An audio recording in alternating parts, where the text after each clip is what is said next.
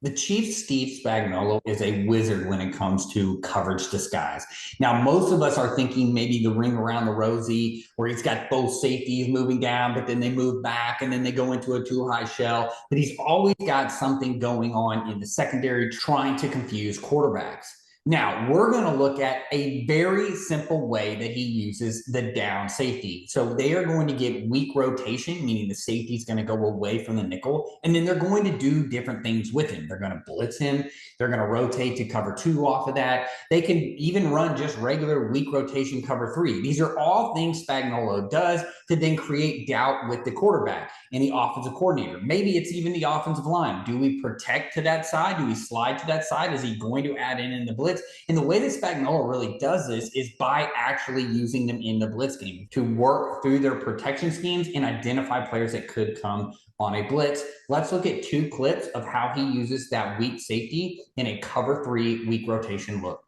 In our first clip, we're just going to watch a typical safety blitz. This is kind of the base way of looking at it. You can see pre-snap, though, that we are going to have a safety down. We are opposite the nickel, so here's going to be your star. So this is going to be weak rotation here. We're going to send the safety off, and all we're going to do is get full alignment. This is just your really a basic five-man pressure, edge pressure from the overhang. We're going to get motion here. You're going to see the star kind of leverage out. We're going to get our cover three. We're also going to get our linebackers who are going to end up being three under with three deep. You will lock the backside just because it's a single receiver. And so that's where you get kind of that lock aspect in this. Now, what this does, though, is the movement inside actually leverages the interior defensive lineman against this just regular zone run. So what you get out of this is really a best practice in terms of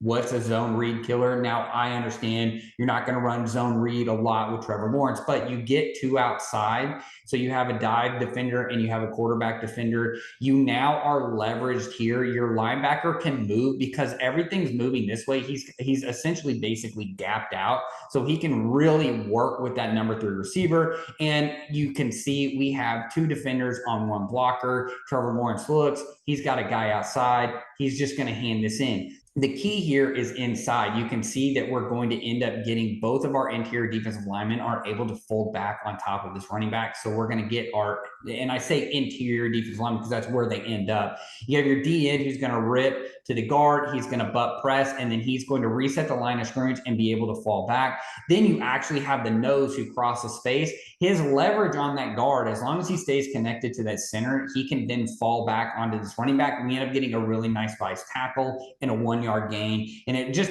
this is kind of the base play that shows up in almost all the films of the Chiefs, is that you're going to get some sort of a weak rotation. You don't know if the safety is going to blitz. You don't know if they're going to run regular cover three, or they could even just transfer into some sort of a two roll or a non-traditional Tampa out of this, which is what we're going to look at next.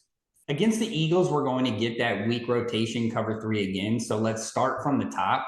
We have the nickel here. He's going to kind of bluff that he's going to kind of go down. Now, we have a 2x2 set. So if you're asking why isn't he all the way down, this is going to make this kind of like sell the weak rotation that they're kind of playing a cover three kind of base. You don't know, maybe they're going to run some sort of a fire zone with a plug linebacker. You got your safety who's creeping around on the back end. But this is also a cheat for success here. So he knows he's going to pop out.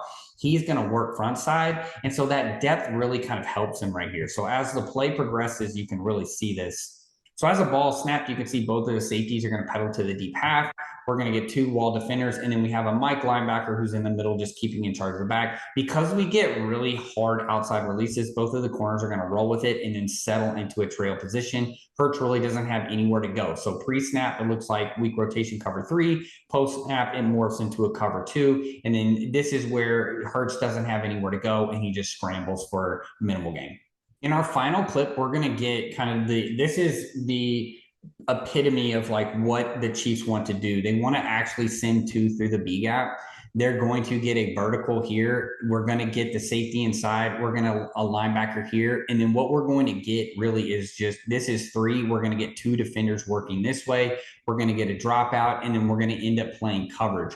So as the ball is snapped, you can see we're going to get the pressure. Our pop out, our sling backer is actually going to be working. This is going to be tranquil. He's working.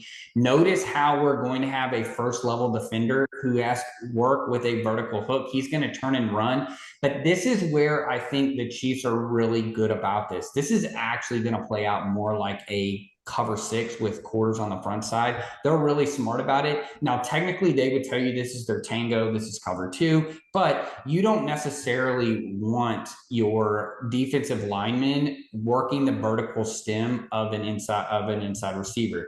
Typically, in a cover 2, you're going to get a safety working to the midpoint, which really leaves this seam vulnerable, especially if this thing bends back. You don't want 97 running up and across with this and trying to keep in trail position. You want him to in trail position. You want him working with that. But this is why that safety is going to stay on top. And then this is why the corner can be so aggressive.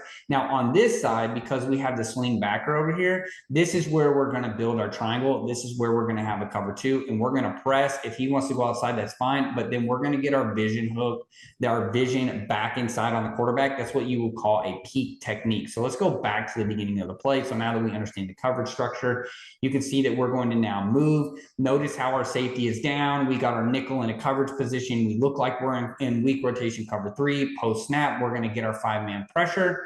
We're going to get our sling backer. He's going to take the wall. We get our corner pressing. Notice how he's going to get his eyes around once he kind of gets there. We have our deep safety. Now notice on this side, we're going to get an outside release. Corner's going to take this man-to-man. We have a safety capping the vertical because that's a defensive end. Cheat for success. Don't let your 300-pound defensive lineman carry verticals. That's what the Chiefs are doing right here. Lawrence is going to take the whole shot outside, ends up getting pushed out of bounds, and he ends up dropping it. And so this is a great example, again, of how the Chiefs have kind of built off of that weak rotation. Then they can actually just run coverage off of it, and then they can just add different ways that the safety is going to pressure. And this is kind of the epitome and the path that they really want with 2 off the edge.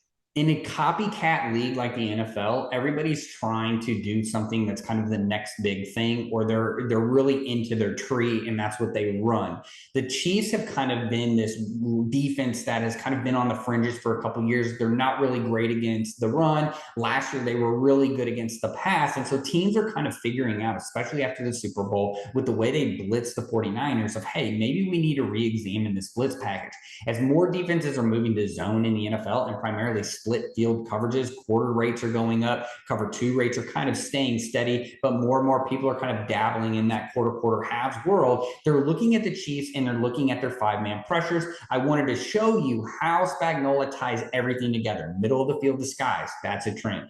Ties 5-man pressures with quarters behind it, that's a trend. I wanted to really show in this of just kind of 3 clips of how the Chiefs can do this. These are things that are going to show up all over. And then NFL teams right now are watching the Chiefs and they're trying to implement this in their own schemes. Look for this as a trend in 2024.